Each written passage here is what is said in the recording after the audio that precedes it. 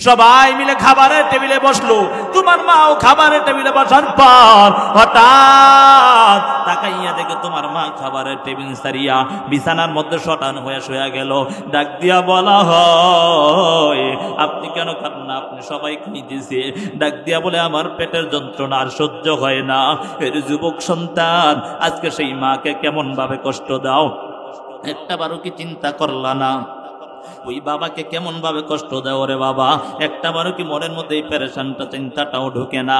কারণ যেই বাবা মাথার গাম পায় বালাইয়া কত রকমের কষ্ট না রে করলো রে বাবা, আজকে সেই মা বাবাকে কেমন ভাবে কষ্ট দাও।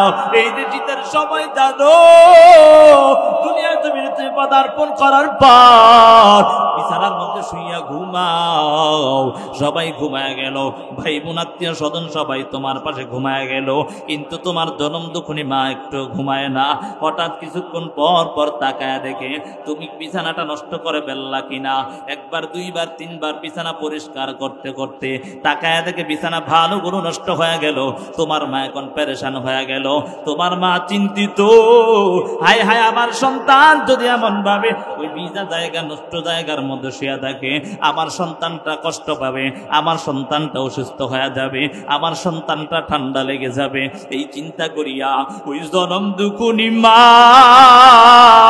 ওই ভিজা জায়গাটার মধ্যে শুইয়া মায়ের শুকনা জায়গাটার মধ্যে সন্তান তোমাকে শোয়া দিল।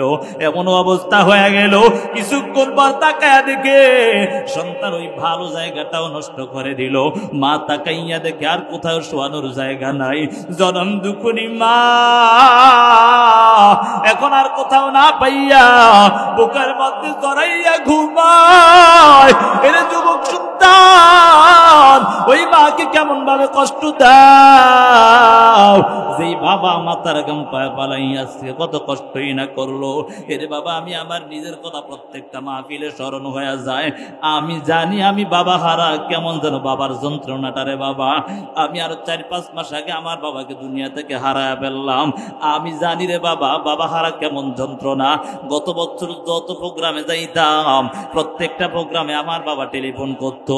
রাত্র নাই দিন নাই, কখনো যখন রাত্র গভীর হয়ে যাইতো, রাত্র 2টা-3টা বাজে আমার বাবা হঠাৎ টেলিফোন করতো, ডাক দিয়া বলতো, রে সন্তান কোথায় আছো?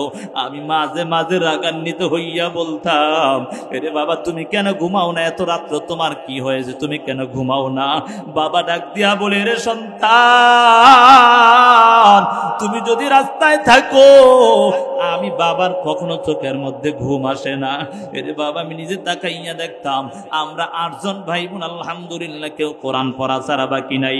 আমার বাবা একটা কওমি মাদ্রাসার খাদেম ছিলেন, মাদ্রাসার শিক্ষকতা করতেন, মাত্র 4-5 হাজার টাকার খেদমত করে হাদিয়া পাইতেন। সেই টাকা দিয়ে আমাদের 8 জন ভাই বোনকে পড়ালেখা করাইছে। আমি নিজে তাকাইয়া দেখতাম কত কষ্ট করেছে জানো।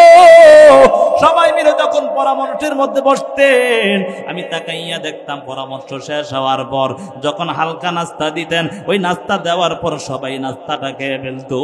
আমার বাবা, আমি তাকাইয়া দেখতাম ওই নাস্তাটা পকেটের মধ্যে করিয়া আমার কাছে এনে আবার আমাকে দিয়া দিত। আমি মাঝে মাঝে ডাক দিয়া বলতাম, এরে আব্বা বলো, সবাই তো নাস্তাটা খেয়ে ফেললো, তুমি কেন খাও না বাবা বলো?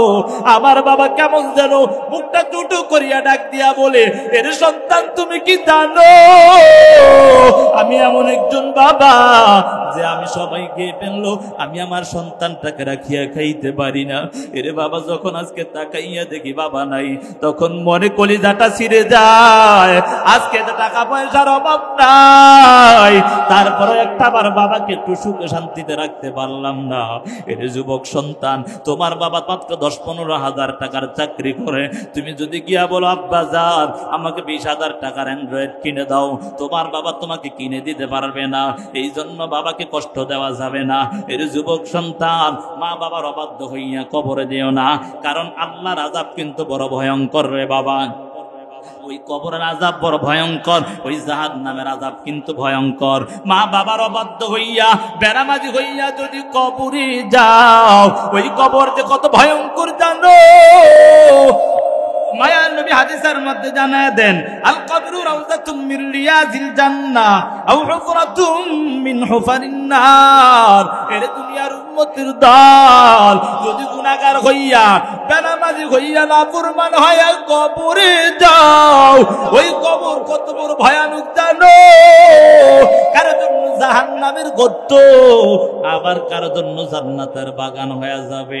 যদি গুনাহগার হইয়া বেনামাজি হইয়া মা বাবার অবাধ্য সন্তান হইয়া যদি কবরে যাও, ওই কবরের মধ্যে এমন ভয়ানক অবস্থা জানো, ওই গুনাহগারের জন্য 70 থেকে 99টা সাপ এমন ভাবে দংশন করতে থাকবে। হে যুবক সন্তান, আজকে কেমন করে নিজের জীবনটাকে পরিচালনা করেছো একটা বারো চিন্তা করলা না? আজকে নিজের জীবনটাকে কেমন ভাবে শয়তানের দোকায় ফালায়া দিছ। এর যুবক সন্তান ও বৃদ্ধ বাবা, একটা বারো এই চিন্তাটা হয় না? আজকে মায়ার নবীর কলিজায় কেমন ভাবে আঘাত দেও।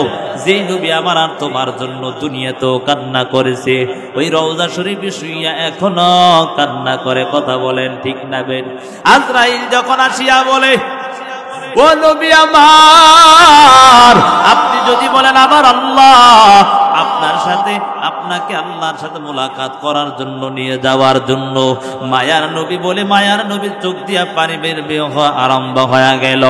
জিব্রাইল আমিন আগে এক ডাক দিয়া বলে, ও পয়গম্বর, আপনি কেন এমন ভাবে কান্না করেন? তার কারণটা কি একটু জানতে চাই।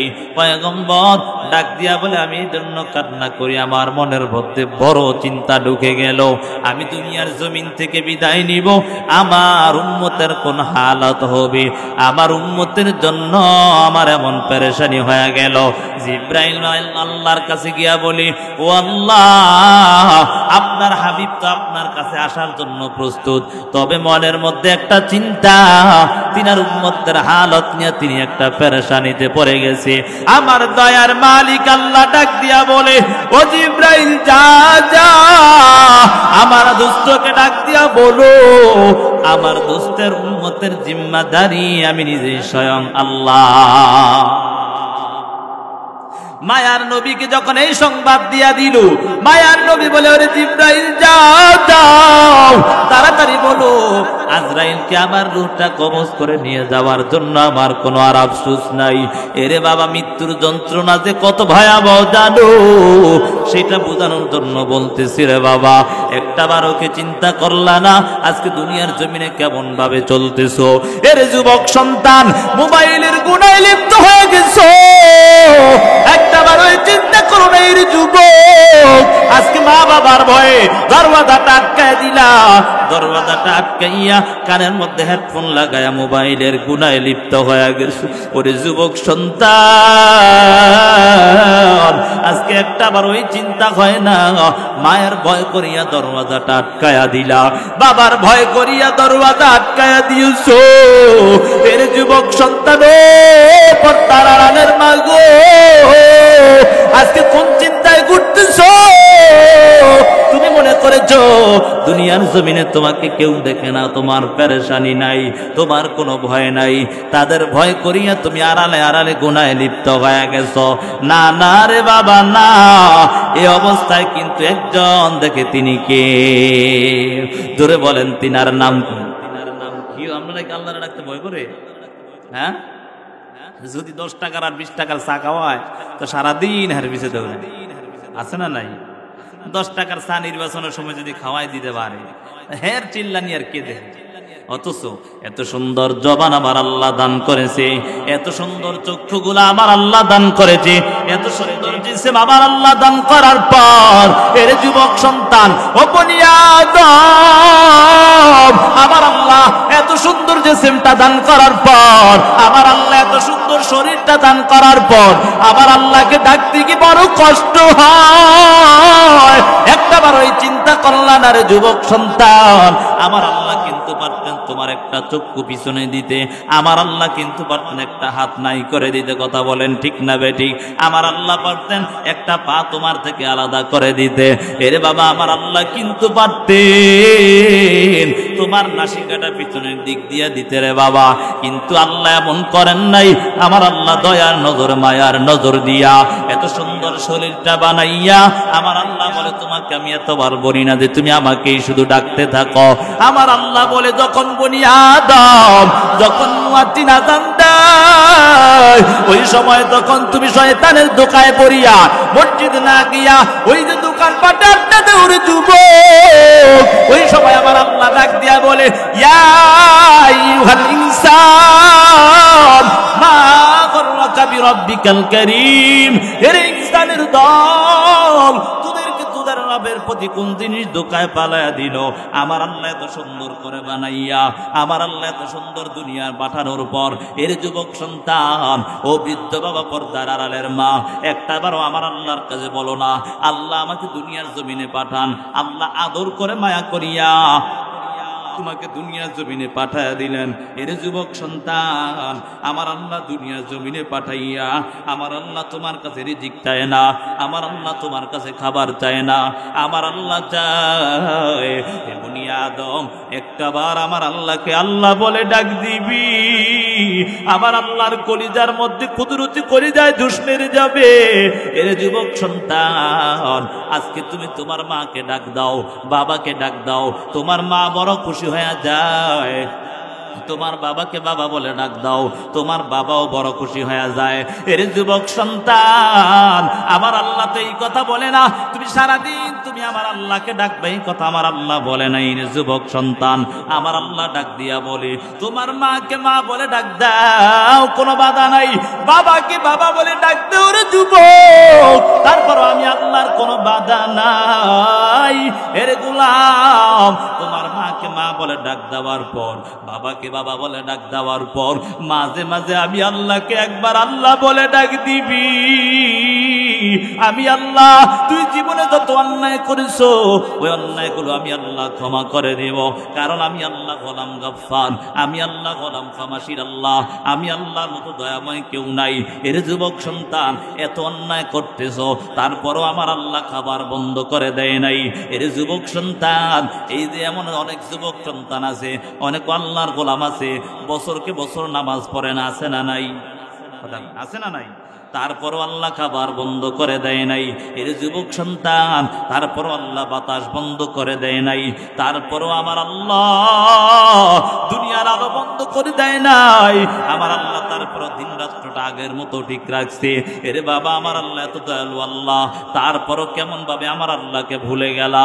এর যুবক সন্তান, যেই কথা বলতেছিলাম রে বাবা, ওই যে আজকে মা বাবার ভয় করিয়া ঘরের দরওয়াজাটা আটকাইয়া, এর মা আজকে আমার তোমার মা বাবাকে ভয় করিয়া, এরে বোন তুমি তোমার মা বাবাকে ভয় করিয়া ঘরের দরওয়াজাটা আটকাইয়া রাত্র গভীর হয়, ওই মোবাইলের হেডফোন কানে লাগাই সুরে যুবক, এমন অবস্থার মধ্যে গুনার কাজে লিপ্ত হয়ে গেছো, দুনিয়ার জমিনে কেউ দেখে না রে যুবক, একদম দেখে তিনি হলেন আমার আল্লাহ। এই অবস্থায় যদি আজরাইল এসে হাজির হয়ে যায়, জীবনটা ধ্বংস হয়ে যাবে, জীবনটা তোমার ধ্বংস হয়ে যাবে রে যুবক সন্তান। কারণ দুনিয়াতে তোমার চলন যেমন হবে, মরণও কিন্তু তেমন হবে, আর মরণ তোমার যেমন হয় হাসরও তোমার তেমন হবে। এর নবীর আশিকের দল, এই জন্য সাবধান হয়ে যাও, মৃত্যুর চিন্তা সর্বদা করতে থাকো। মায়ার নবী হাদিসের মধ্যে জানায়া দেয়, কেউ যদি প্রত্যেক দিন 20 বার মৃত্যুর কথা স্মরণ করে, ওই বান্দা ওই বান্দি কখনো গুনার কাজে লিপ্ত হতে পারে না। কথা বলেন ঠিক নেই? আমার কথা বুঝেননি আপনারা? বুঝেন? কে কে বুঝেন না এমন কেউ আসেননি? হ্যাঁ, কি বুঝলেন? যে যত কিছুই করেন মৃত্যু কিন্তু একদিন আসবে। কথা বলেন ঠিক না বেটি? এই জন্য মৃত্যু থেকে পলায়নের সুযোগ আছে, মৃত্যু থেকে পলায়নের সুযোগ আছে। যদি গুনাহগার হয় কবরে যাও রে মা, মৃত্যুর যন্ত্রণা কত ভয়াবহ জানো? মায়ার নবীকে যখন মায়ার নবী ডাক দিয়া বললেন, এরে জিবরাইল যাও, আমার আল্লাহকে বলো আজরাইলকে পাঠায় দিতে আমার রূহটা কবজ করার জন্য। মায়ার নবী যখন সংবাদ পাঠায় দেয়, আমার আল্লাহ আজরাইলকে পাঠায় দেয়, রে আজরাইল যাও, আমার দুস্তুর রূহটা নিয়ে আসো, আমার সাথে মুলাকাত করার জন্য তাড়াতাড়ি নিয়ে আস।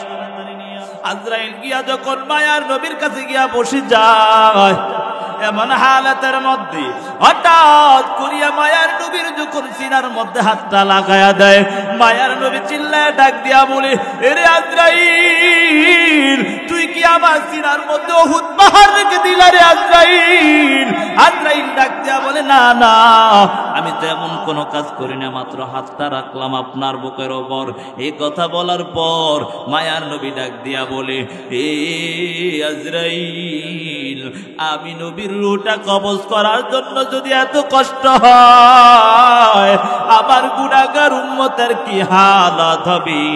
আমার গুনাহগার উম্মতরা কোন অবস্থা হয়ে যাবে? এর যুবক সন্তান, এজন্য সময় আছে, আমার আল্লাহর আযাবের ভয়টা ঢুকায় নাও, মাওলার আযাবের ভয়টা ঢুকাইয়া নিজের জীবনটাকে সুন্দর বানায় নাও। এই দুনিয়ায় চিরকাল কেউ থাকতে পারবা না রে বাবা। যত রকমের বাহাদুরি করে না কেন, একদিন কিন্তু সবাই দুনিয়া থেকে বিদায় নিবি। যতই করা বাহাদুরি,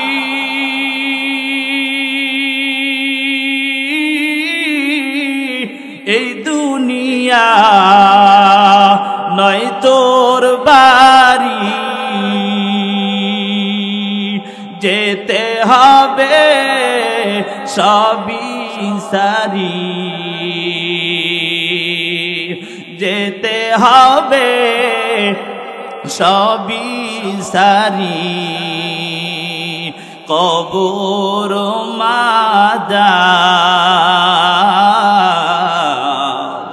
না মানলি ফরমান রে তুই, না মানলি কুরআন, না মানলি ফরমান রে তুই, না মানলি কুরআন। এর যুবক সন্তান, যতই তুমি বাহাদুরি করো, একদিন কিন্তু বিদায় নিতে হবে। কথা বলেন ঠিক না বেঠিক? এই দুনিয়া কেউ চিরকাল থাকতে পারবা না। এই জন্য আমার আল্লাহর আযাবের ভয়টা অন্তরে ঢুকাও। এর নবীর আশিকের দল, তাকাইয়া কি দেখো না সাহাবায়ে কেরামের মধ্যে কেমন আল্লাহর ভয় রে বাবা। ওই যে আবু উবাইদা ইবনুল জাররাহ রাদিয়াল্লাহু তাআলা আনহু, তিনি যে 10 জন জান্নাত প্রাপ্ত, জান্নাতের টিকিট প্রাপ্ত সাহাবী, তার মধ্যে আবু উবাইদা ইবনুল জাররাহ একজন সাহাবী ছিলেন। এর নবীর আশিকের দল আবু বকর, ওমর, উসমান, আলী, যারা জান্নাতের টিকিট পাওয়ার পর তারপর আমার আল্লাহর আযাবের ভয় করিয়া করিয়া মনের মধ্যে চিন্তা করিয়া শুধু কান্নার কান্না, যে আবু বকর নামাজের মধ্যে দাঁড়ায়ও কান্না করে, আমার আল্লাহর কাছে দাঁড়ায়া দাঁড়ায়া কান্না করে, নামাজের পর হাতটা উঠাইয়া বলে, আল্লাহ জীবনের গুনাহ অন্যায় মাফ করে দাও। এর নবীর আশিকের দল আমার মায়ার নবী একদিন আবু বকরকে ডাক দিয়া বলে, এরে আবু বকর, তুমি এমন কান্না করো কেন? আমার আল্লাহ তোমাকে জান্নাতের টিকিট দিয়েছে, তারপরে এত কান্না করার কারণটা কি? আবু বকর ডাক দিয়া বলে, নবী আমার, আমি এজন্য কান্না করি যে আল্লাহ আমাকে জান্নাতের টিকিট দিয়েছে, সে আল্লাহ যদি ডাক দিয়া বলে, রে আবু বকর, আমি তোমাকে খুশি হইয়া জান্নাতের টিকিট দিলাম, না না, তোমার প্রতি অসন্তুষ্ট হয়ে গেছে, আমার টিকিট আমাকে ফিরায়া দাও। এই ভয়টা করি আবু বকর কান্না। ওমর ঈদের আনন্দ, সবাই আনন্দে আত্মহারা হইয়া ঈদের আনন্দ করার জন্য ওমর যখন ঈদগাহের মধ্যে যায় না, সমস্ত সাহাবায়ে কেরাম চিন্তিত হয়ে গেল। এরে বাবা বলেন তো, মুসলমানের কয়টা আনন্দের দিন? কথা বলেন কয়টা? 2টা আনন্দের দিন, ঈদুল ফিতর, ঈদুল আজহা, 2টা আনন্দের দিন। সবাই আনন্দে আত্মহারা হইয়া ঈদগাহে যায়, সবাই মিলিয়া নামাজ আদায় করে। এরে যুবক সন্তান, বৃদ্ধ বাবা, ও পর্দার আড়ালের মা গো, ওমর যখন ঈদগাহের মধ্যে আসে না, সমস্ত সাহাবায়ে কেরাম চিন্তিত, সমস্ত সাহাবায়ে কেরামের মনের মধ্যে ভয়, ওমর কেন আজকে আনন্দের দিন আনন্দ করার জন্য আসে না, ঈদগাহের মধ্যে আসে না? কারণ সবার মনের মধ্যে একটা চিন্তা ঢুকে গেল, ওমরের বড় মেজাজ রাগী। কথা বলেন ঠিক না বেটি? যে ওমরকে দেখার পর শয়তান পর্যন্ত ভয় পাওয়া যায়। কথা বলেন ঠিক না বেটি?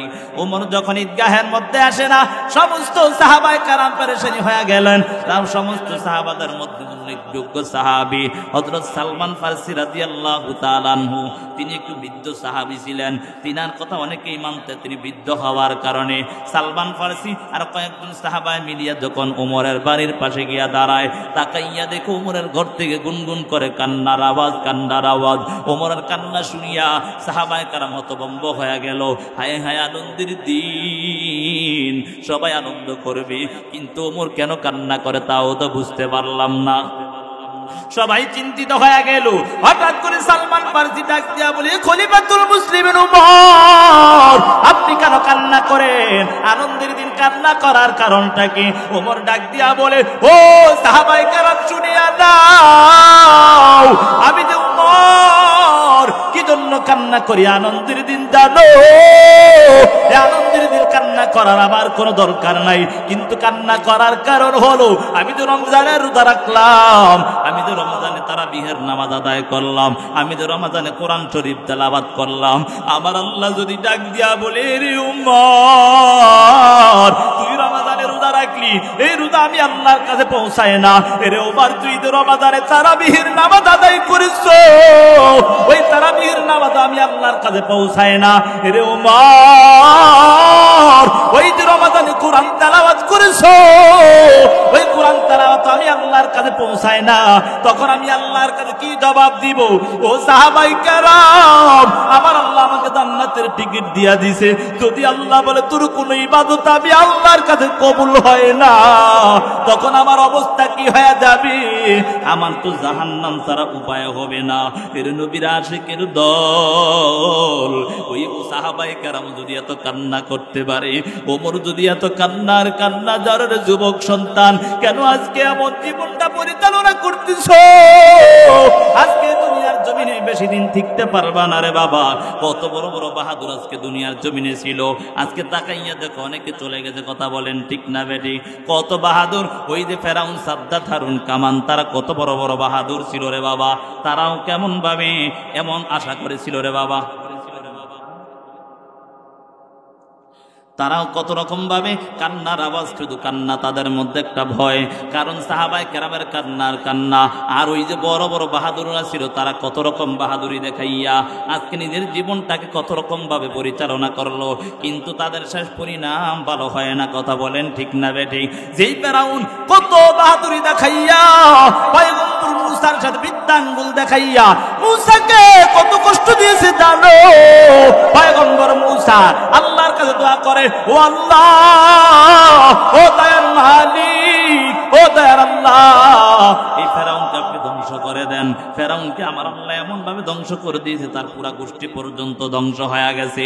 এরে বাবা, হামান, সাদ্দাত, ফেরাউন, নমরুদ কত রকম ভাবে ধ্বংস হয়ে গেল। এরে যুবক সন্তান, একটা বারো কি চিন্তা করলা না? ওই যে কারণ পয়গম্বর মুসাকে কেমন ভাবে অপবাদ দিয়া দিল, পয়গম্বর মুসা নাকি জিনার গুনায় লিপ্ত হয়ে গেল। আমার আল্লাহর কাছে ডাক দিয়া বলে, আল্লাহ, এই কারণকে তাড়াতাড়ি ঘাস করে দাও জমিনের মাধ্যমে। এমন ভাবে ধ্বংস হয়ে গেল। অর্থাৎ বান্দা এক এক করে সব যত বাহাদুর ছিল সবাই কিন্তু দুনিয়া থেকে বিদায় নিয়েছে। কেউ দুনিয়ার জমিনে চিরকাল থাকতে পারে না। এরে বাবা, আমি আর তুমিও যে চিরকাল থাকবো তার কোনো গ্যারান্টি নাই। আজকে আসি এমন হতে পারে এই মাহফিল থেকে যাওয়ার পর তো আমার আর তোমার আজরাইল সামনে এসে হাজির হয়ে যেতে পারে। এরে বাবা, একটা বারও কি চিন্তা করলা না? আজকে ওই যে সাদ্দাত জান্নাত বানাইলো, আল্লাহর বানানো জান্নাতে যাবে না, আল্লাহর বানানো জান্নাতে যাবে না এমন চিন্তা করিয়া সাদ্দাত নিজেই জান্নাত বানাইয়া দুনিয়ার জমিনের সুন্দরী সুন্দরীদের হুর বানাইয়া আজকে ওই দুনিয়ার জমিনে জান্নাত বানালো। কিন্তু যখন জান্নাতের মধ্যে প্রবেশ করবে, হঠাৎ করে ডাক দেয়া বৃদ্ধ লোক ডাক দেয়া বলেন, সাদ্দাত দাঁড়া, তোমার সাথে আমার কথা আছে। সাদ্দাত ডাক দিয়া বলে, বৃদ্ধ লোককে তাকে এখান থেকে তাড়ায়া দাও, এখানে আর তাকে রাখা যাবে না। কেন? আমার এমন সুন্দর জান্নাত বানাইয়া জান্নাতে যেতে দিবে না, তাড়াতাড়ি তাকে এখান থেকে সরাইয়া দাও। ওই বৃদ্ধ লোক ডাক দিয়া বলে, সাদ্দাত দাঁড়াও, তোমার সাথে একটু পার্সোনাল কথা আছে।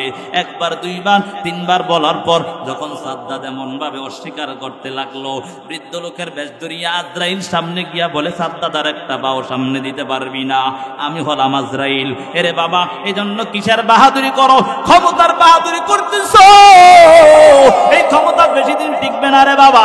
আজকে কত রকমের ক্ষমতাধর ছিল, তারাও কিন্তু দুনিয়ার জমিনে বেশি দিন টিকতে পারে না। ক্ষমতার পাওয়ার দেখাইয়া কত রকমের অন্যায় কাজে লিপ্ত হয়ে গেছে রে বাবা। এই জন্য সাবধান হয়ে যাও, মৃত্যুর কথা স্মরণ করে নাও। ওই যে আজরাইলের রূহটা যদি যখন কবজ করবে, যারা গুনাহগার হবে তাদের কত ভয়ঙ্কর অবস্থা হবে রে জানো? তাদের কত ভয়ঙ্কর অবস্থা হয়ে যাবে। যারা গুনাহগার হবে তাদের জন্য আজরাইল 500 বেরেস্তা নিয়া আযাবের ফেরেশতারা 500 ফেরেশতা নিয়া ওই আগুনের গুর্দ নিয়া যখন ওই জাহান্নামী তাদের কাছে যখন আসবে, মৃত্যু যখন জানটা কবজ করার জন্য আসবে, ওই সময় তাকে দেখিয়া ওই 360টা দৌড়ার মধ্যে তার রুহটা দৌড়াদৌড়ি আরম্ভ করে দিবে। শুধু একটু ভয়ে পেরেশানি হয়ে যাবে, রুহটা এদিক সেদিক দৌড়াদৌড়ি করতে থাকবে। ওই আজরাইল 500 ফেরেশতা দিয়া এমন ভাবে আঘাত করতে থাকবে, কাঁটা যুক্ত গুরুজুর গুলোর মধ্যে যখন এমন ভাবে আঘাত করতে থাকবে, ওই যখন রুহটা এমন ভাবে দৌড়াদৌড়ি আরম্ভ করতে থাকবে, তারপরও মৃত্যু থেকে পলায়ন করতে পারবে না। এর যুবক সন্তান, কিসের জন্য এত বাহাদুরি করো রে বাবা? আজকে দুনিয়ার জমিনে চিরকাল থাকতে কেউ তোমরা পারো না রে বাবা। এজন্য সাবধান হয়ে যাও, আল্লাহর আযাবের ভয়টা অন্তরে ঢুকায়া নাও। সাহাবায়ে কেরামের মতো ভয় অন্তরে ঢুকাইয়া নিজের জীবনটাকে সুন্দর করে নাও। আবু উবাইদা ইবনুল জাররাহ, যিনি 10 জন সাহাবীর মধ্যে তিনিও একজন সাহাবী ছিলেন, জান্নাতের টিকিট পাওয়ার পরও তারপরও কান্না। আবু উবাইদাকে সিরিয়ার জমিনের গভর্নর বানায়া দিলেন হযরত ওমর। গভর্নর বানায়া দেওয়ার পর আবু উবাইদা যখন সিরিয়ার জমিনের দায়িত্ব পালন করতেছে, হঠাৎ ওমরের মনের মধ্যে ভয়, আবু উবাইদাকে এমন একটা রাজত্ব দিয়া দিলাম, এমন একটা গভর্নর বানায়া দিলাম, মনে হয় যেন কি যেন করে ফেলছে, বাসার মধ্যে কত কিছু যেন করে ফেলছে। দেখবেন আমগো সমাজে যদি কেউ নেতা হতে পারে, তাহলে অন্যের সম্পদ লুইটাই না নিজে বড় লোক হয়ে যায়, আছে না? না, বুঝেন নাই কথা? যদি একটু মেম্বার আপনাকে এলাকাত নাই আর কি, অন্য এলাকাত হয় এমন, বুঝেন নাই কথা? যদি একটু মেম্বার হওয়া যায় তো গরিবের সবাই নেহের ঘরে ঢুকায়, কথা বলেন, আছে না নাই? আর নিজে 6 মাস পরে হঠাৎ করে রাতারাতি বড় লোক হয়ে যায়, এমন আছে না নাই? এই এলাকায় না, অন্য এলাকায় আছে মনে হয়, কথা বলেন ঠিক নি? বহু সমাজে আছে, বুঝেন নাই? ওমর চিন্তা করলো, ওমরের মনের মধ্যে ভয়, আবু উবাইদাকে সিরিয়ার জমিনের গভর্নর বানায়া দিলাম। সে আবু উবাইদা মনে হয় নাকি কি যেন করে ফেললো, এজন্য আবু উবাইদাকে ডাক দিয়া বলে, ওমর বলে, এরে আবু উবাইদা, আমি তোমার বাসার মধ্যে একদিন মেহমান হতে চাই। এই কথা বলার পর আবু উবাইদা ডাক দিয়া বলে, খলিফাতুল মুসলিমিন ওমর, আপনি যদি আমার বাসায় যান তাহলে কষ্ট পাবেন, এজন্য দাবার দরকার নাই। এ কথা বলার পর ওমরের মনের মধ্যে আরেকটু প্রশ্ন, মন যেন একটু সন্দেহ জাগলো। ওমর ডাক দিয়া বলে, না না, আমি তোমার বাসায় একদিন মেহমান হব। 2 বার বলার পর আবারও যখন নিষেধ করলো, 3য় আবার বললো। এখন আবু উবাইদা চিন্তা করলো, খলিফাতুল মুসলিমিন রাগান্বিত হয়ে যাবে, মনের মধ্যে কষ্ট পেয়ে যাবে, ঠিক আছে একদিন ওমরকে নিয়ে আমার বাসায় মেহমান হব। হঠাৎ করে একদিন আবু উবাইদা আসিয়া বলে, ও পয়গম্বরের সাহাবী ওমর, আসেন আপনি আমার বাসায় মেহমান হওয়ার জন্য। যখন আবু উবাইদা ওমরকে নিয়ে রওনা হয়, সিরিয়ার জমিন হাঁটতেছে, সিরিয়ার শহর শেষ হয়ে গেল, তারপর আবু উবাইদার বাসা পর্যন্ত পৌঁছায় না। আবু উবাইদার বাসা পর্যন্ত না পৌঁছার কারণে ওমর ডাক দিয়া বলে, রে আবু উবাইদা, বল তুমি আমাকে কোথায় নিয়ে যাচ্ছ? সিরিয়ার জমিনের এমন শহর শেষ হয়ে গেল, আবার কোথায় নিয়ে যাচ্ছ? বলে, আমি আমার বাসায় নিয়ে আপনাকে চলতেছি। হঠাৎ করে তাকাইয়া দেখে মরুভূমি এলাকার মধ্যে প্রবেশ করতে লাগলো। ওমর ডাক দিয়া বলে, রে আবু উবাইদা, তুমি আমাকে কোথায় নিয়ে যাচ্ছ? বলো, তুমি আমাকে কোথায় নিয়ে যাচ্ছ? এ কথা বলার পর বলে, আমি আমার বাসায় নিয়ে যাচ্ছি। হঠাৎ করে মরুভূমি শেষ হওয়ার পর একটা ঝুপড়ি ঘর দেখা যায়, জীর্ণ শীর্ণ অবস্থা। আবু উবাইদা গিয়া ওই ঘরটার মধ্যে প্রবেশ করে ফেললেন। ঘরের মধ্যে প্রবেশ করার পর ওমর ওই ঘরের মধ্যে প্রবেশ করলেন। ওমর ডাক দিয়া বলে, এখানে কেন প্রবেশ করলা, তার কারণটা কি একটু জানতে চাই। আবু উবাইদা ডাক দিয়া বলে, ও খলিফাতুল মুসলিমিন, আপনি তো বলেছেন আমার বাসার মেহমান হবেন, এজন্য আমি আপনাকে এখানে নিয়ে আসলাম। বলে, এটাই আমার ঘর। হঠাৎ একটা আশ্চর্য হয়ে গেল, ওমর কেমন যেন কলিজাটা ছোট হয়ে গেল, মনটা ছোট হয়ে গেল। হায় হায়, আমি কার জন্য এমন একটা ধারণা করলাম, যার এই ধারণা করলাম সে তো আসলে এমন মানুষ হতে পারে না। ওমর চিন্তিত, হঠাৎ করে তাকাইয়া দেখে তাকের মধ্যে একটা পাত্র দেখা যায়। ওই পাত্রের মধ্যে এমন মোটা মোটা জবের রুটি দেখা যায়। ওই পাত্র থেকে যখন এটা ওমর ডাক দিয়া বলে, আবু উবাইদা এটা নামাও। তাকাইয়া দেখে মোটা মোটা জবের রুটিগুলি দেখা যায়। এমন অবস্থা দেখার পর ওমর ডাক দিয়া বলে, আবু উবাইদা, এগুলো কি মানুষের জন্য না অন্য কারোর জন্য? এই কথা বলার পর আবু উবাইদা ডাক দিয়া বলে, ও পয়গম্বরের সাহাবী ওমর, এগুলা আমি আবু উবাইদার জন্য বানানো হয়েছে। একটা সপ্তাহ ধরে আমি এমন ভাবে রুটিগুলি বানায় যাতে করে রুটিটি খাইয়া আমি আমার কাজে সারাটা দিন কাজ করব, ওই রাজত্বের কাজ চালায়া যাব। আর রাত্র যখন হয় আমি বাসার মধ্যে আসিয়া এখান থেকে একটা রুটি ভিজাইয়া আমি তারপর খাই। এই কথা বলার পর ওমর ডাক দিয়া বলে, রে আবু উবাইদা, আমাকে ক্ষমা করে দাও। একটা মানুষ কি এমন জীবন পরিচালনা করতে পারে? এমন অবস্থা দেখা যায়। আবু উবাইদা ডাক দিয়া বলে, ও খলিফাতুল মুসলিমিন উমর, আপনি আমাকে যে দায়িত্ব দিয়া দিলেন, এই দায়িত্ব আদায় করার জন্য আমার যদি মনে হয় এই খাবারের জন্য যদি আমার ব্যাঘাত করে দায়িত্ব পালন করতে, তাহলে আমি আমার রবের কাছে কি জবাব দিব? আমার আল্লাহ যদি ডাক দিয়া বলে, রে আবু উবাইদা, তোর সিরিয়ার জমিনের গভর্নর বানায় দেওয়ার পর আজকে তুই তোর মতো রাজত্বটা চালাইলি রে আবু উবাইদা, তখন আমি আমার মালিকের কাছে কি জবাব দিব? তাকাইয়া দেখে পাশে একটা নামাজের স্থান, ওই জায়গাটা দেখাইয়া বলে, ওমর,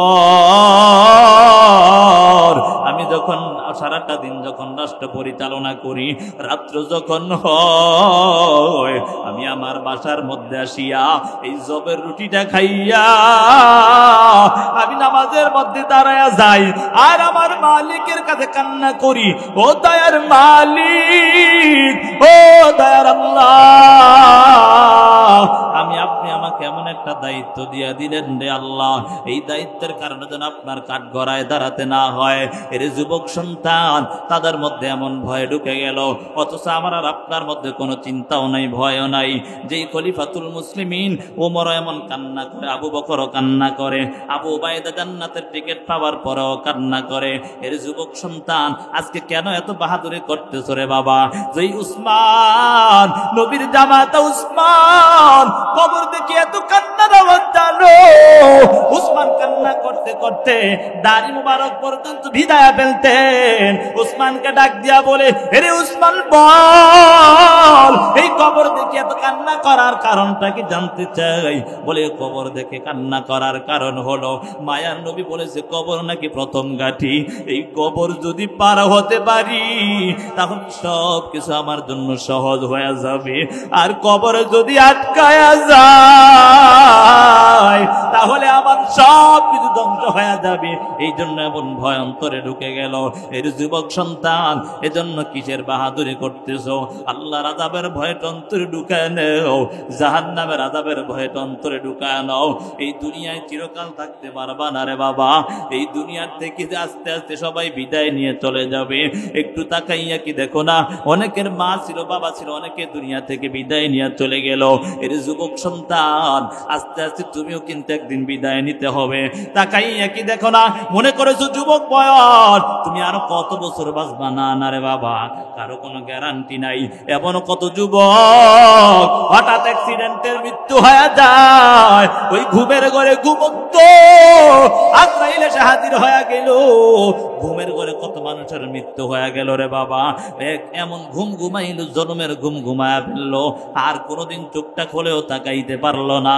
এর যুবক সন্তান, এজন্য সময় আছে অন্যায় কাজ ছেড়ে দাও, মা বাবার অবাধ্য হওয়া থেকে বিরততা করে বাবা।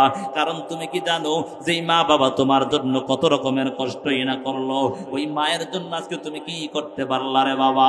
একটা বার ওই চিন্তা হয় না, যেই মা 10 দিন গর্ভধারণ করার পর, 10 মাস 10 দিন গর্ভধারণ করার পর ওই মাকে আবার কেমন করে আজকে কষ্ট দাও রে যুবক সন্তান? একটা বারও কি মনে চিন্তাটা হলো না? যখন থেকে তুমি তোমার মায়ের উদরের মসলে আসলা, ওই দিন থেকে মায়ের স্বাভাবিক চলাফেরা বন্ধ হয়ে গেল। যেই দিন তুমি তোমার মায়ের উদরের মধ্যে আসলা, ওই দিন তোমার মায়ের স্বাভাবিক খাওয়া দাওয়া বন্ধ হয়ে গেল। যেই দিন তুমি তোমার মায়ের উদরের মধ্যে আসলা, ওই দিন থেকে তোমার মায়ের স্বাভাবিক ঘুম সবকিছু বন্ধ হয়ে গেল। সবাই মিলে খাবারের টেবিলে বসলো, তোমার মাও খাবারের টেবিলে বসার পর হঠাৎ তাকাইয়া দেখে তোমার মা খাবারের টেবিল সারিয়া বিছানার মধ্যে শটান হয়ে শুয়ে গেল। ডাক দিয়া বলা হয়, আপনি কেন খান না? আপনি সবাই খাইতেছে। ডাক দিয়া বলে, আমার পেটের যন্ত্রণা আর সহ্য হয় না। এর যুবক সন্তান, আজকে সেই মাকে কেমন ভাবে কষ্ট দাও, একটা বারও কি চিন্তা করলা না? ওই বাবাকে কেমন ভাবে কষ্ট দেও রে বাবা, একটাবারও কি মনের মধ্যে এই পেরেশানটা চিন্তাটাও ঢুকে না? কারণ যেই বাবা মাথার গাম পায়ে বালাইয়া কত রকমের কষ্ট না রে করলো রে বাবা, আজকে সেই মা বাবাকে কেমন ভাবে কষ্ট দাও। এই যে শীতের সময় জানো দুনিয়ার জমিনে তুমি পদার্পণ করার পর বিছানার মধ্যে শুইয়া ঘুমাও, সবাই ঘুমায় গেল, ভাই বোন আত্মীয় স্বজন সবাই তোমার পাশে ঘুমায় গেল, কিন্তু তোমার জনম দুখুনি মা একটু ঘুমায় না। হঠাৎ কিছুক্ষণ পর পর তাকায় দেখে তুমি বিছানাটা নষ্ট করে ফেললা কিনা। একবার দুইবার তিনবার বিছানা পরিষ্কার করতে করতে তাকায় দেখে বিছানা ভালো গুলো নষ্ট হয়ে গেল। তোমার মা এখন পেরেশান হয়ে গেল, তোমার মা চিন্তিত, হায় হায় আমার সন্তান যদি এমন ভাবে ওই ভিজা জায়গা নষ্ট জায়গার মধ্যে শুয়ে থাকে, আমার সন্তানটা কষ্ট পাবে, আমার সন্তানটা অসুস্থ হয়ে যাবে, আমার সন্তানটা ঠান্ডা লেগে যাবে। এই চিন্তা করিয়া ওই জনম দুকুনি মা ওই ভিজা জায়গাটার মধ্যে শুইয়া মায়ের শুকনা জায়গাটার মধ্যে সন্তান তোমাকে শোয়া দিল। এমন অবস্থা হয়ে গেল কিছুক্ষণ পর তাকায়া দেখে সন্তান ওই ভালো জায়গাটাও নষ্ট করে দিল। মা তাকাইয়া দেখে আর কোথাও শোয়ানোর জায়গা নাই। জনম দুকুনি মা এখন আর কোথাও না পাইয়া বুকের মধ্যে জড়াইয়া ঘুমায়। এরে যুবক সন্তান, ওই মাকে কেমন ভাবে কষ্ট দাও। যেই বাবা মাতার গাম পায়ে পালাইয়াছে কত কষ্টই না করলো। এরে বাবা, আমি আমার নিজের কথা প্রত্যেকটা মাহফিলে স্মরণ হয়ে যায়। আমি জানি আমি বাবা হারা কেমন যেন বাবার যন্ত্রণাটা রে বাবা। আমি আরো 4-5 মাস আগে আমার বাবাকে দুনিয়া থেকে হারায় ফেললাম। আমি জানি রে বাবা, বাবা হারা কেমন যন্ত্রণা। গত বছর যত প্রোগ্রামে যাইতাম প্রত্যেকটা প্রোগ্রামে আমার বাবা টেলিফোন করতো। রাত্র নাই দিন নাই, কখনো যখন রাত্র গভীর হয়ে যাইতো, রাত্র 2টা-3টা বাজে আমার বাবা হঠাৎ টেলিফোন করতো, ডাক দিয়া বলতো, রে সন্তান কোথায় আছো? আমি মাঝে মাঝে রাগান্বিত হইয়া বলতাম, এরে বাবা তুমি কেন ঘুমাও না? এত রাত্র তোমার কি হয়েছে? তুমি কেন ঘুমাও না? বাবা ডাক দিয়া বলে, রে সন্তান তুমি যদি রাস্তায় থাকো, আমি বাবার কখনো চোখের মধ্যে ঘুম আসে না। এরে বাবা, আমি নিজে তাকাইয়া দেখতাম আমরা 8 জন ভাই বোন আলহামদুলিল্লাহ কেউ কোরআন পড়া ছাড়া বাকি নাই। আমার বাবা একটা কওমি মাদ্রাসার খাদেম ছিলেন, মাদ্রাসার শিক্ষকতা করতেন, মাত্র 4-5 হাজার টাকার খেদমত করে হাদিয়া পাইতেন। সেই টাকা দিয়ে আমাদের 8 জন ভাই বোনকে পড়ালেখা করাইছে। আমি নিজে তাকাইয়া দেখতাম কত কষ্ট করেছে জানো। সবাই মিলে যখন পরামর্শের মধ্যে বসতেন, আমি তাকাইয়া দেখতাম পরামর্শ শেষ হওয়ার পর যখন হালকা নাস্তা দিতেন, ওই নাস্তা দেওয়ার পর সবাই নাস্তাটা খেয়ে ফেলতো। আমার বাবা, আমি তাকাইয়া দেখতাম ওই নাস্তাটা পকেটের মধ্যে করিয়া আমার কাছে এনে আবার আমাকে দিয়া দিত। আমি মাঝে মাঝে ডাক দিয়া বলতাম, এরে আব্বা বলো, সবাই তো নাস্তাটা খেয়ে ফেললো, তুমি কেন খাও না বাবা বলো। আমার বাবা কেমন যেন মুখটা টুটু করিয়া ডাক দিয়া বলে, এরে সন্তান তুমি কি জানো আমি এমন একজন বাবা যে আমি সবাই খেয়ে ফেললো, আমি আমার সন্তানটাকে রাখিয়া খাইতে পারি না। এরে বাবা, যখন আজকে তাকাইয়া দেখি বাবা নাই, তখন মনে কলিজাটা ছিঁড়ে যায়। আজকে তো টাকা পয়সার অভাব নাই, তারপরে একটাবার বাবাকে একটু সুখে শান্তিতে রাখতে পারলাম না। এরে যুবক সন্তান, তোমার বাবা মাত্র 10-15 হাজার টাকার চাকরি করে, তুমি যদি গিয়া বলো আব্বা যান আমাকে 20,000 টাকার অ্যান্ড্রয়েড কিনে দাও, তোমার বাবা তোমাকে কিনে দিতে পারবে না। এই জন্য বাবাকে কষ্ট দেওয়া যাবে না। এর যুবক সন্তান, মা বাবার অবাধ্য হইয়া কবরে দিও না, কারণ আল্লাহর আযাব কিন্তু বড় ভয়ঙ্কর রে বাবা। ওই কবরের আযাব বড় ভয়ঙ্কর, ওই জাহান্নামের আযাব কিন্তু ভয়ঙ্কর। মা বাবার অবাধ্য হইয়া বেড়ামাজি হইয়া যদি কবরে যাও, ওই কবর যে কত ভয়ঙ্কর জানো। মায়ার নবী হাদিসের মধ্যে জানায় দেন, আল কবরু রাউযাতুম মিন রিয়াজিল জান্নাহ আও হুফরাতুম মিন হুফারিন নার। এর দুনিয়ার উম্মতের দল যদি গুনাহগার হইয়া বেনামাজি হইয়া নাফরমান হইয়া কবরে যাও, ওই কবর কত বড় ভয়ানক জানো। কারো জন্য জাহান্নামের গর্ত, আবার কারো জন্য জান্নাতের বাগান হয়ে যাবে। যদি গুনাহগার হইয়া বেনামাজি হইয়া মা বাবার অবাধ্য সন্তান হইয়া যদি কবরে যাও, ওই কবরের মধ্যে এমন ভয়ানক অবস্থা জানো, ওই গুনাহগারের জন্য 70 থেকে 99টা সাপ এমন ভাবে দংশন করতে থাকবে। ওই সাপ হাদিসের মধ্যে আসছে রে বাবা, ওই সাপ যদি একবার দুনিয়ার জমিনে নিঃশ্বাস পালাইতো, দুনিয়ার জমিনে কিয়ামত পর্যন্ত কখনো গাছপালা তরুলতা জন্মাইতো না। এরে বাবা, এত ভয়ঙ্কর অবস্থা হয়ে দাঁড়াবে। যারা গুনাহগার হইয়া কবরে যাবে, মুনকার নাকির তোমাকে প্রশ্ন করবে, রবের পরিচয় দাও, ধর্মের পরিচয় দাও, নবীর পরিচয় দাও। যদি তুমি গুনাহগার হও, বেনামাজি হইয়া, নাফরমান হইয়া, মা বাবার অবাধ্য সন্তান হইয়া যদি কবরে যাও, ওই সময় শুধু বলবা হা হা লা আদিরি, হা হা লা আদিরি, আমি কিছুই জানি না, কিছুই জানি না। আল্লাহর আযাবের ফেরেশতারা ডাক দিয়া বলবে, তাড়াতাড়ি জাহান্নামের পোশাক পরায়া দাও, জাহান্নামের বিছানা বিছায়া দাও। তাকে আর এখানে ভালো ব্যবহার করা যাবে না। জাহান্নামের বিছানা বিছায়া দেওয়া হবে, জাহান্নামের পোশাক পরায়া দেওয়া হবে। ওই কবরের মধ্যে জাহান্নাম থেকে সৌরং রাস্তা করে দেওয়া হবে। ওই জাহান্নাম থেকে সৌরং রাস্তা করে দেওয়ার পর জাহান্নামের আগুনের তাপ কলিজা পর্যন্ত ভুনা ভুনা হয়ে যাবে। এর যুবক সন্তান, ওই জাহান্নামের তাবে কলিজা পর্যন্ত ভুনা ভুনা হয়ে যাবে। আমার আল্লাহকে ডাকবা, ও দয়ার মালিক, ও দয়ার আল্লাহ, একটু পানি দাও, পানি দাও। আল্লাহ তারপরও তোমার কোনো ডাকার শুনবে না। নিরুপায় হইয়া হাজার হাজার বছর পর্যন্ত আমার আল্লাহকে ডাকবা, তারপরও আমার আল্লাহ তোমার কোনো ডাকেই শুনবে না। এর যুবক সন্তান, আজকে কেন এত অন্যায় করিয়া নিজের জীবনটাকে ধ্বংস করে ফেললাম? এত বছর ডাকার পর আমার মালিককে ডাকবা, ও দয়ার মালিক, ও দয়ার আল্লাহ, একটু পানি দাও, পানি দাও। আল্লাহ তোমার কোনো ডাকেই শুনবে না। আল্লাহ তাআলা আযাবের ফেরেশতা দিয়া পাঠাইয়া দিবে, রে আযাবের ফেরেশতা, যা যা, তাড়াতাড়ি যা, রক্ত পানি ঘামগুলোকে একত্রিত করিয়া ওই জাহান্নামীকে যখন দেওয়া হবে, ওই জাহান্নামী ওই পাত্রটা হাতে নেওয়ার পর হাতের মধ্যে যত গোশতগুলো খসে খসে জমিনের মধ্যে পড়ে যাবে, হাতের মধ্যে গোশত থাকবে না। এমন ভয়ঙ্কর অবস্থা হয়ে দাঁড়াবে। রে যুবক সন্তান, আল্লাহকে ডাকবা, ও দয়ার মালিক, এত বছর হয়ে গেল আল্লাহ, একটু পানি চাইলাম, তারপর আল্লাহ পানি পাইলাম না। ও আল্লাহ, একটু পানি দাও, পানি দাও। এর যুবক সন্তান, তারপর আল্লাহ আর তোমার ডাক শুনবে না। একটা বারও চিন্তা করো না, ওই জাহান্নামের আগুনের তাপ যে কত ভয়াবহ হবে। এই দুনিয়ার আগুন থেকে 70 গুণ বেশি হবে জাহান্নামের আগুন। এর যুবক সন্তান, ওই কি তাকাইয়া দেখো না, দুনিয়ার আগুন, ওই ঢাকার বঙ্গবাজারে আগুন লাগিয়া এত বড় বড় প্রাসাদ গুলো সব জ্বলে পড়ে সারকার হয়ে গেল। এরে বাবা, একটা বারও চিন্তা করলা না, মাঝে মাঝে ওই যে ঢাকার বেইলি রোডের মধ্যে আগুন লাগিয়া কেমন ধ্বংস হয়ে গেল। এর যুবক সন্তান, আজকে কিসের এত বাহাদুরি করো?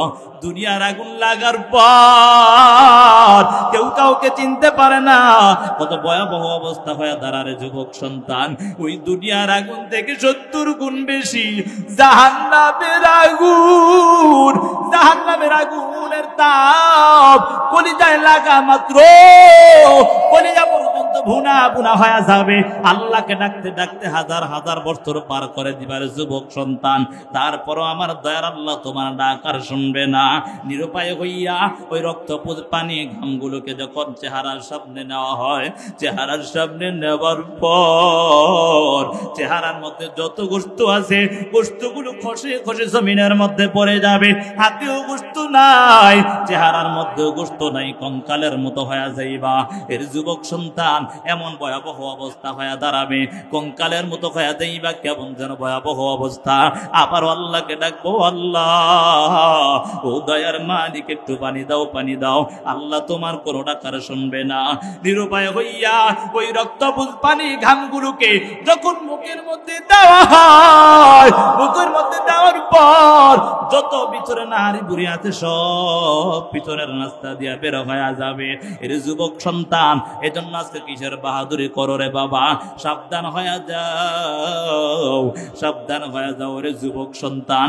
এমন ভয়ঙ্কর অবস্থা হয়ে দাঁড়াবে। ওই যে আসরের মাঠ যে কত ভয়ঙ্কর। আজকে তো 9,30,00,000 মাইল দূরে সূর্য, ওই সূর্যের তাপে আমাদের সহ্য হয় না রে বাবা। এমন ভয়াবহ অবস্থা জানো, সূর্যের তাপে আমাদের চেহারা পর্যন্ত কালার পরিবর্তন হয়ে যায়। এর যুবক সন্তান যারা গুনাহগার হবে, আমার আল্লাহ ওই হাসরের ময়দানে সূর্যকে বলবে, রে সূর্য তুই এক হাত বা আধা হাত ভরে চলে আয়। সূর্য এক হাত বা আধা হাত ভরে চলে আসবে। সূর্যের 12টা মুখ দ্বারা তাপ দেওয়া আরম্ভ করে দিবে। আল্লাহ বলবে, রে সূর্য তোর 12টা মুখ দ্বারা তাপ দেওয়া আরম্ভ করে দাও। সূর্যের তাপে জমিটা তামা তামা হয়ে যাবে। যারা গুনাহগার বেঈমান নাফরমান হয়, তাদের মাথার মগজগুলো টাস টাস করে পেটে যাবে। এমন ভয়ঙ্কর অবস্থা জানো ও যুবক সন্তান, ও পর্দার আড়ালের মা গো, আজকে কেন এত অন্যায় করেছো? আজকে অন্যায় করিয়া নিজের জীবনটাকে ধ্বংস করে দিও না। এর যুবক সন্তান, একদিন হঠাৎ করে মায়ার নবী ঘরে বসে বসে কান্না করে। হযরত ফাতেমা রাদিয়াল্লাহু তাআলা আনহা ঘরের দরওয়াজার সামনে আসিয়া তাকাইয়া দেখে মায়ার নবীর চোখের কোণার মধ্যে পানি দেখা যায়। পানি দেখিয়া মায়ার নবীর কন্যা ফাতেমা ডাক দিয়া বলে, আব্বা জান তুমি কেন কান্না করো? এরে বাবা, দেখবেন অধিকাংশ মেয়েরা কন্যা সন্তানরা বাবার ভক্ত হয়। কথা বলেন ঠিক না বেটি? কন্যা ফাতেমা ডাক দিয়া বলে, এ বাবা বলো তুমি কেন কান্না করো? তোমার মা বাবার জন্য কি তোমার কান্না আসতেছে নাকি? নাকি আমার মা হযরত খাদিজার জন্য আপনার কান্না করতেছেন? নাকি আপনার আদরের নাতি দুই নাতি হাসান হুসাইনের জন্য কান্না করতেছেন? বলে, না না, আমি কারোর জন্য কান্না করি নাই। বলে, তাহলে কেন এমন আপনার চোখের কোটায় পানি, একটু জানতে চাই। এই কথা বলার পর মায়ার নবী কন্যা ফাতেমাকে ডাক দিয়া বলে, এরে ফাতেমা শুনিয়া নাও, আমি যখন মেরাজের রাত্রি আমার আল্লাহর সাথে মুলাকাত করার জন্য যাই, ওই অবস্থার মধ্যে আমার আল্লাহ তাআলা জিবরাইল আমিনের মাধ্যমে আমাকে জান্নাত জাহান্নাম ভ্রমণ করাইলেন। জাহান্নামের কিনারায় যাওয়ার পর অধিকাংশ নারীদেরকে আমি জাহান্নামে দেখতে পাই। ওই জাহান্নামের আযাব দেখে আমাকে এখনো কাঁদাইতেছে। মায়ার নবীর কথা শোনার পর কন্যা ফাতেমা ডাক দিয়া বলে, আব্বা জান এগুলা কোন নারীদের কেমন ভাবে জাহান্নামে দিতেছে একটু জানতে চাই। বলে, একদল নারীদেরকে আমি তাকাইয়া দেখলাম, তাদের মাথার চুলগুলোকে ঝুলাইয়া নিচের দিকে আগুন প্রজ্বলিত আগুন, ওই আগুনের তাপে মাথার মগজগুলো টাস টাস টাস টাস করে পিটে যাচ্ছে। এমন ভয়াবহ অবস্থা হয়ে দাঁড়ালো, এমন ভয়ঙ্কর অবস্থা হয়ে দাঁড়ালো, এমন কঠিন অবস্থা হওয়ার কারণে বলেন তো বাবা, চুল জিনিসটা কত সূক্ষ্ম জিনিস রে বাবা। একটু টান দিলে বড় ব্যথা পাওয়া যায়। ওই চুলের ওপর পুরো বডিটাকে যখন ওজন দেওয়া হবে কত রকমের কষ্ট হবে রে বাবা। এমন ভয়ঙ্কর অবস্থা হয়ে দাঁড়াবে। মায়ার নবীর কন্যা ফাতেমা ডাক দিয়া বলে, আব্বা জান বলো তাদেরকে আযাব দেওয়ার কারণটা কি? একটু জানতে চাই। চুলের মধ্যে ঝুলাইয়া রাখার কারণটা কি? বলে, চুলের মধ্যে ঝুলাইয়া রাখার কারণ হলো তারা দুনিয়ার জমিনে অন্যায় ভাবে বেপরদা ভাবে চলাফেরা করত। মাথার চুলগুলোকে বেগানা পুরুষের সামনে খোলা রাখিয়া চলতো। আমার আল্লাহ এই জন্য তাদেরকে আযাব দেওয়া হচ্ছে। এর যুবক সন্তান, আজকে কেমন এমন গুনাহ কাজে লিপ্ত হয়েছ রে যুবক? কেন আজকে গুনাহ করতেছ যুবতী ভোর? আজকে কত রকমের অন্যায় করেছ, একটা বারোকে চিন্তা হয় না? ওই যে জাহান্নামের আযাব তো আমার সহ্য করতে পারবো না রে বাবা। মায়ার নবী হঠাৎ তারপর আবার ডাক দিয়া বলে, আমি আরেক দল নারীদেরকে আমি তাকাইয়া দেখি, তাদের জিহ্বার মধ্যে আগুনের বর্ষি লাগায়া তাদের কেমন ভাবে ঝুলাইয়া রাখা হয়েছে রে। কন্যা ফাতেমা ডাক দিয়া বলে, আব্বা জান বলো তাদের কেমন আযাব দেওয়ার কারণ? এরে বাবা বলো, শরীরের মধ্যে এমন একটা অঙ্গ আছে যে অঙ্গের কোনো হাড় নাই, সেই অংশটা হলো জিহ্বা। কথা বলেন ঠিক না বেটি? যার মধ্যে কোনো হাড় নাই। দেখবেন মাঝে মাঝে দাঁতের চিপায় যদি জিহ্বার কোনো অংশ পড়ে যায় কত রকমের ব্যথা অনুভব হয়। এরে বাবা, ওই জিহ্বার মধ্যে আগুনের বর্ষি লাগাইয়া পুরা শরীরটাকে আগুনের মধ্যে এমন ভাবে জিহ্বার উপর ওজন করে দেওয়া হবে। মায়ার নবী এই কথা বলার পর কন্যা ফাতেমা ডাক দিয়া বলে, আব্বা জান, তাদেরকে আযাব দেওয়ার কারণটা কি? বলে, তাদের এই আযাবটা দেওয়ার কারণ হলো তারা স্বামীর সাথে ব্যবহার ভালো করত না, তারা স্বামীর সাথে ব্যবহার ভালো করত না, তারা স্বামীকে কষ্ট দিত এবং অন্যায়ভাবে গীবত শিকায়াতে লিপ্ত হয়ে যেত। এর যুবক সন্তান, মায়ার নবী হাদিসের মধ্যে জানা দেন, ক্বালান নবী সাল্লাল্লাহু আলাইহি ওয়া আলিহি ওয়া সাল্লাম, মান ইয়াজমান লি মা বাইনা লিহিয়াইহি ওয়া মা বাইনা রিজলাইহি আযমানা লাহুল জান্নাহ। মায়ার নবী হাদিসের মধ্যে জানা দেন, যারা দুই চোয়ালের মধ্যবর্তী স্থানকে হেফাজত করবে এবং দুই উরুর মধ্যবর্তী স্থানকে হেফাজত করবে, আমার মায়ার নবী তাদের জান্নাতে যাওয়ার জিম্মাদার হয়ে যাবে। বলে, অর্থাৎ যারা জবানকে হেফাজত করবে এবং লজ্জাস্থানকে যারা হেফাজত করবে, তাদেরকে আমার আল্লাহ তাদেরকে তাদের জান্নাতে যাওয়ার জিম্মাদার হয়ে যাবে। এর যুবক সন্তান, ও পর্দার আড়ালের মা গো, একটা বারো চিন্তা করলা না আজকে কেমন ভাবে ওই বেগানা পুরুষের সাথে অবাধ মিলামিশা করতেছ? আল্লাহর আযাবের ভয় কি তোমার হয় না জানো? ওই আযাব যে কত ভয়ঙ্কর, জাহান্নামের আযাব যে কত ভয়ঙ্কর হবে রে বাবা। এই জন্য সবাই আছে জাহান্নামের আযাবের ভয় করিয়া, আমার আল্লাহর আযাবের ভয় করিয়া মাথায় চিন্তাটা ঢুকাইয়া এখনো সময় আছে, তওবা করে নাও। আমার আল্লাহ বড় দয়ালু আল্লাহ। এই জন্য আল্লাহ বলেন, ইয়া আইয়ুহাল্লাযীনা আমানু তুবু ইলাল্লাহ তাওবাতান নাসুহা আসা রাব্বুকুম আন ইউকাফিরা আনকুম সাইয়্যাতিকুম ওয়া ইউদখিলাকুম জান্নাতিন তাজরি মিন তাহতিহাল আনহার। আমার আল্লাহ বলেন, হে ঈমানদারের দল, তওবা করো, আন্তরিকতার সাথে তওবা করে নাও। ও আল্লাহ, জীবনে যত অন্যায় করলাম আর অন্যায় করব না রে আল্লাহ। ও আল্লাহ, যে গুনাহ করি সেই গুনাহ এখন থেকে ছেড়ে দেব, তওবার উপর মজবুত হয়ে চলব রে বাবা। তুমি কি একটা বারো চিন্তা করলা না? আমার আল্লাহ কত দয়ালু আল্লাহ। একজন আল্লাহর গোলাম সারাটা জীবন মূর্তি পূজায় লিপ্ত হয়ে গেল, ৬০-৭০ বছর মূর্তি পূজা করতো, সনাম সনাম বলে ডাকতো। হঠাৎ করে আমার আল্লাহ এমন অবস্থার মধ্যে ওই মূর্তি পূজক হঠাৎ করে সনামকে সমাদ বলে ডাক দিল। এরে বাবা, বলেন তো সমাদটা কার নাম? জোরে বলেন, কুল হুয়াল্লাহু আহাদ আল্লাহুস সামাদ। সামাদ হলো আমার আল্লাহর নাম। কথা বলেন ঠিক নেবে?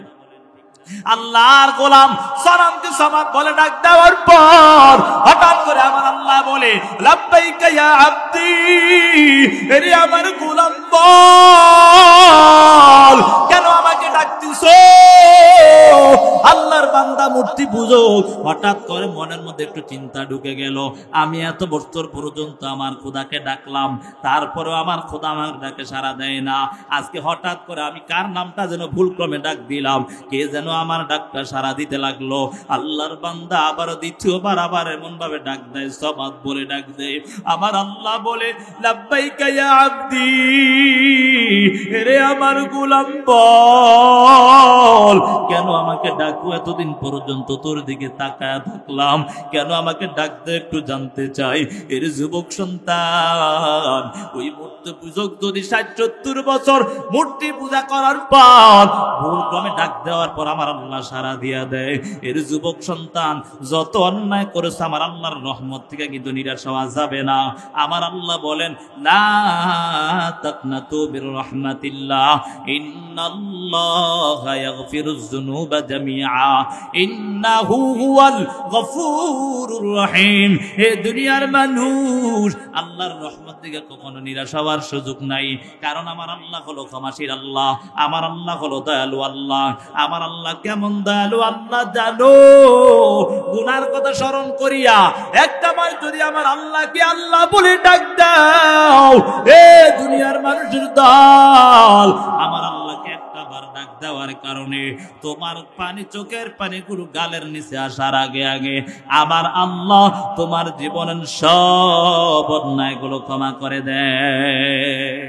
ইয়া ইলাহি तुम्हारा माबूद है, या इलाही तो मेरा माशूक है, या इलाही तो मेरा गफ्फार है, या इलाही तो मेरा सत्तार है। যুবক সন্তান, এই জন্য সময় আছে নিজের গুনার কথা স্মরণ করিয়া করিয়া আমার আল্লাহর কাছে তওবা করো, আল্লাহ তোমার গুনাহকে ক্ষমা করে দিবে। কারণ তওবাকারীকে আমার আল্লাহ খুব পছন্দ করে। মায়ার নবী হাদিসের মধ্যে জানায়া দেন, আত্তাইবু মিনাজ যানবি কামান লা যামবালা, যারা তওবা করে নে তারা এমন নিষ্পাপ হয়ে যায় মনে হয় যেন তারা কখনো গুনাহই করে না। এর যুবক সন্তান, এই জন্য সময় আছে, তওবা করে নাও, নিজের গুনার প্রতি অনুতপ্ত হয়ে যাও, আমার আল্লাহকে ডাক দাও, ও আল্লাহ আমাদের গুনাহ যদি সাগরের ফেনা পরিমাণ হয় রে আল্লাহ, তোমার রহমত তো তার চেয়ে বেশি রে আল্লাহ, জীবনের অন্যায়গুলো ক্ষমা করে দাও। এর যুবক সন্তান, এই অবস্থায় যদি তুমি গুনাহ নিয়ে কবরে যাও রে বাবা, বড় ভয়ঙ্কর অবস্থা হয়ে দাঁড়াবে। আজকে সন্তানদের জন্য কত কিছুই না করলা রে বাবা, যেই সন্তান তোমার জন্য কত কিছু করলো রে বাবা, আজকে সেই সন্তান তুমি একটা বারো চিন্তা করলা না, তোমার মা বাবার কথাও তুমি স্মরণ করলা না। ওরে মা বাবা, তুমিও তোমার সন্তানের জন্য কত রকমের কষ্টই না করলা, অথচ তুমি কি জানো ওই হাসরের ময়দানে এমন অবস্থা, জানো এমন ভয়াবহ অবস্থা, ওই হাসরের ময়দানে এমন ভয়াবহ অবস্থার মধ্যে কেউ কারো পরিচয় দিবে না। একটা আমলের জন্য সবাই দৌড়াদৌড়ি আরম্ভ করে দিবে। আল্লাহ কোরআনের মধ্যে বলেন, ইয়াউমা ইয়াফিরুল মারউ মিন আখিহি ওয়া উম্মিহি ওয়া আবিহি ওয়া সাহিবাতিহি ওয়া বানিহি লিকুল্লি ইমরিইন মিনহুম ইয়াউমা ইযিন শা'নুন ইউগনি। এর যুবক সন্তান, ওই হাসরের ময়দানে এমন ভয়াবহ অবস্থা হবে, ভাই ভাইকে চিনবে না, মা বাবা সন্তানকে চিনবে না, সন্তান মা বাবাকে চিনবে না, এত ভয়াবহ অবস্থা হয়ে দাঁড়াবে। ওই হাসরের ময়দানে গুনাহগাররা শুধু দৌড়াবে আর আল্লাহকে বলবে, আল্লাহ একটু বিচারের কাজটা শেষ করে ফেলেন। কারণ সূর্যের তাপে কেমন হয়ে যাবে, জমি তামা তামা হয়ে যাবে, গুনাহগারের মাথার মগজগুলো টাস টাস টাস টাস করে পেটে যাবে। এই জন্য সাবধান হয়ে যাও, ওই গুনাহ আমরা একটি গুনার কারণে আযাব সহ্য করতে পারবো না। এর যুবক সন্তান, এজন্য সময় আছে, তওবা করে নাও, আল্লাহর আযাবের ভয়টা ঢুকাইয়া নিজের জীবনটাকে সুন্দর করে নাও। জাহান্নামের আযাব কিন্তু বড় ভয়ঙ্কর, আমার আল্লাহর কাছে কান্না করো। আল্লাহ বলেন, ফালিয়াদহাকু কালিলান ওয়া লিয়াবকু কাসীরা। এর যুবক সন্তান, আল্লাহ ডাক দিয়া বলে, কম কম হাসো, বেশি বেশি কান্না করো, কান্নার অনেক দাম জানো। এর যুবক সন্তান, কান্নার অনেক দাম, কান্নার অনেক দাম রে যুবক সন্তান। বলে, কত দাম জানো? কান্নার কত দাম রে যুবক সন্তান? আমার আল্লাহ তাআলা যখন হাসরের ময়দানে আল্লাহ বলবে, এর গুনাহগারের দল, তোরা নেককারদের থেকে আলাদা হয়ে যাও, ওয়ামতাজুল ইয়াউমা আইয়ুহাল মুজরিমুন। এরে গুনাহগারের দল, তোরা নেককারদের থেকে আলাদা হয়ে যাও। এমন ভয়াবহ অবস্থা হয়ে যাবে, এদিক দিয়া জাহান্নামের বিকট আওয়াজে কেমন যেন হাসরের ময়দান থরথর করে কাঁপতে থাকবে। আল্লাহকে বলবে, ও আল্লাহ ক্ষুধা লাগছে, খাবার দাও, খাবার দাও। আল্লাহ তারপর বলবে, রে জাহান্নাম, ধৈর্য ধর, ধৈর্য ধর, আমি আগে আমার বিচারের কাজটা শেষ করে নেই। তারপর জাহান্নাম এমন ভাবে বিকট আওয়াজ দিতে থাকবে, বিকট আওয়াজ দেওয়ার কারণে, ওই জাহান্নামের আওয়াজের কারণে হাসরের ময়দান থরথর করে কাঁপতে থাকবে। এমন ভয়াবহ অবস্থার মধ্যে এর কলিজার টুকরা যুবক, ও পর্দার আড়ালের মাগো, ওই জাহান্নামের আযাবকে সহ্য করতে পারবা না রে বাবা। এমন বিকট আওয়াজ দেওয়ার কারণে আমার আল্লাহ ওই জাহান্নামীদেরকে যখন এমন বিকট আওয়াজ দিবে, আল্লাহ তাআলা জাহান্নামকে ধৈর্য ধরতে বলবে, কিন্তু জাহান্নাম ফিরাফিরি আরম্ভ করে দিবে। আমার আল্লাহ ৭০,০০০ শিকল লাগাইয়া, ৭০,০০০ আংটার মধ্যে আমার আল্লাহ ৭০,০০০ ফেরেশতা লাগায়া পিছনের দিকে টানা হেঁচড়া আরম্ভ করে দিবে। তারপরও এই জাহান্নামকে ধরে রাখতে পারবে না রে যুবক সন্তান। এমন ভয়াবহ অবস্থা হয়ে দাঁড়াবে। হঠাৎ করে আমার আল্লাহ এমন অবস্থার মধ্যে কিছু পানি আনিয়া ওই জাহান্নামের গায়ের মধ্যে ছিটা দেওয়ার পর জাহান্নাম দ্রুত বেগে পিছনের দিকে দৌড়াদৌড়ি আরম্ভ করে দেয়। আমার আল্লাহ এমন আশ্চর্য কুদরত যখন দেখায় দিবে, ওই ফেরেশতারা ডাক দিয়া বলবে, ও দয়ার মালিক, ও দয়ার আল্লাহ, ও দয়ার আল্লাহ, এগুলা কোন পানি দিলা রে আল্লাহ? কোন নদীর পানি দিলা আল্লাহ? না কোন জমজমের পানি দিলা রে আল্লাহ? না কোন দুনিয়ার সমুদ্রের পানি দিলা রে আল্লাহ? আমরা তো 70,000 শিকল লাগাইয়া তারপরও জাহান্নাম ধরে রাখতে পারলাম না। আল্লাহ তাআলা এমন কথা যখন আল্লাহ শুনতে থাকবে ফেরেশতাদের, তখন আল্লাহ তাআলা বলবে, এরে ফেরেশতাদের দল, এগুলা কোন জাহান্নাম। এমন ভাবে জাহান্নাম দ্রুত বেগে পিছনের দিকে দৌড়ায়, তার কারণটা হলো এগুলা কোন দুনিয়ার জমজমের পানিও না, কোন সাগরের পানিও না, কোন নদীর পানিও না। এগুলা হলো আমার কিছু গুনাহগার গোলাম গুনার কথা স্মরণ করিয়া আমি আল্লাহর কাছে কান্না করেছে। আমি আল্লাহ এই কান্নার পানিগুলো বৃথা দেই না।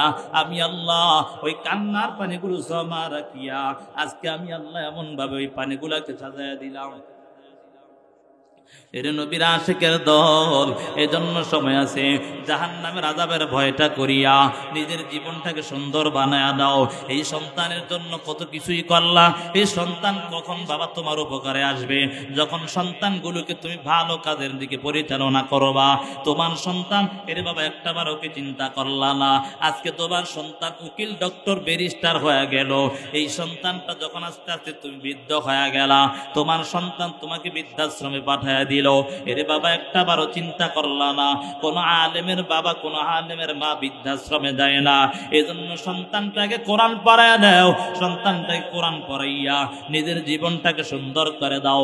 যদি সন্তানদেরকে না পারো, তাহলে রে বাবা তোমার সন্তানদের অর্থাৎ নাতিপুতিদেরকে তোমরা কোরআন পড়ায় নাও। যদি এমনও না হয়, ওই যে কোরআনওয়ালা যারা আছে, কোরআনওয়ালাদের সহযোগিতা নিয়ে নেও। যদি কোরআনওয়ালাদের সহযোগিতা করতে পারো, দুনিয়াতেও তোমার দাম, আখিরাতেও আমার আল্লাহ তোমার দাম বাড়ায়া দিবে। এরে যুবক সন্তান, জানো ওই হাসরের ময়দানে আমার আল্লাহ ডাক দিয়া বলবে, এরে কোরআনওয়ালা তাড়াতাড়ি জান্নাতে ঢুকো। এরে যুবক সন্তান, ও বৃদ্ধ বাবা, ও পর্দার আড়ালের মা, যদি আজকে তুমিও কোরআনওয়ালার মা বাবা হতে পারো, কোরআনওয়ালাদেরকে সহযোগিতা করনেওয়ালা হতে পারো, ওই হাসরের ময়দানে আমার আল্লাহ যখন জান্নাতের দিকে ডাকবে কোরআনওয়ালাদেরকে, ওই কোরআনওয়ালারা ডাক দিয়া বলবে, ও আল্লাহ আমি এমনি জান্নাতে যাব না, আমাকে যারা সহযোগিতা করেছে তাদেরকে নিয়ে আমি জান্নাতে যেতে চাই। এজন্য বাবা কোরআনওয়ালাদের সহযোগিতার হাত বাড়ায়া দাও।